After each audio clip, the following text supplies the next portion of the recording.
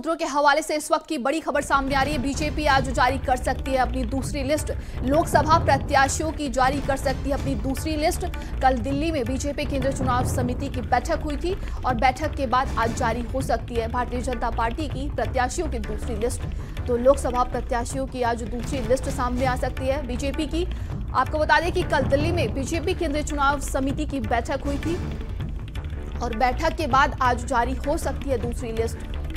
तो ये बड़ी खबर दिल्ली से सामने आ रही है। सूत्रों के हवाले से इस वक्त की बड़ी जानकारी मिल रही है। आपको बता दें कि चुनाव समिति की बैठक हुई थी कल भारतीय जनता पार्टी की और बैठक के बाद आज जारी हो सकता है दूसरी लिस्ट।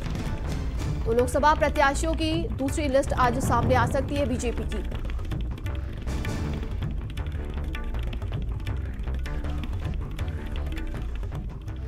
और ज्यादा जानकारी के साथ संवाददाता दीपक हमारे साथ जुड़ गए। दीपक, देखिए आज भारतीय जनता पार्टी की दूसरी लिस्ट सामने आ सकती है प्रत्याशियों की।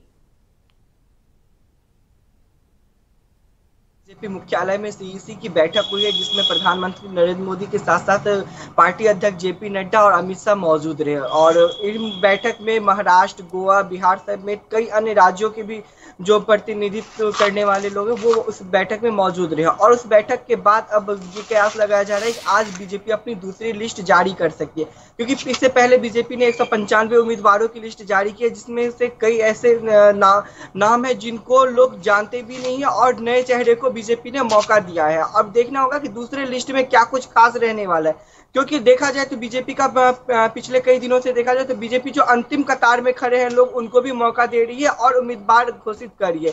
क्योंकि हम दिल्ली की बात करें तो दिल्ली के 5 उम्मीदवारों के नामों की घोषणा की गई है जिसमें से 4 जो उम्मीदवार हैं वो बिल्कुल नए हैं, जो कि एक कमलजीत शेरावत है जो कि पार्षद है, पार्षद से उनको डायरेक्ट लोकसभा का चुनाव टिकट दिया गया। तो कहीं ना कहीं बीजेपी उन लोगों को एक उम्मीद दी जा रही है बीजेपी की तरफ से कि जो हमारे साथ जुड़े हुए हैं उनको जरूर पार्टी एक बार मौका जरूर देगी। लेकिन देखा जाए तो जिस तरह से उम्मीदवारों की नामों की घोषणा की जाती है तो और जिन सांसदों को टिकट नहीं दिया जाता है तो उनकी नाराजगी भी देखी जाए, क्योंकि देखा गया था कि कल राजस्थान से बीजेपी सांसद कांग्रेस में शामिल हो गए और परसों की बात करें तो महाराष्ट्र से भी जो है वो बीजेपी छोड़ करके कांग्रेस में शामिल हो गए। तो कहीं ना कहीं इससे बीजेपी को एक नुकसान भी हो रहा है कि जिस तरह से वो नए लोगों को मौका दे रही है तो उनसे उनके साथ जो पुराने जो पीछे कई दिनों से कई सालों से जो सांसद जुड़े हुए हैं वो उनसे नाराज दिख रहे हैं। लेकिन देखा जाए तो बीजेपी जिस तरह से नामों की लिस्ट जारी कर रही है, पहले ही लिस्ट में 195 उम्मीदवारों की नामों की घोषणा की गई,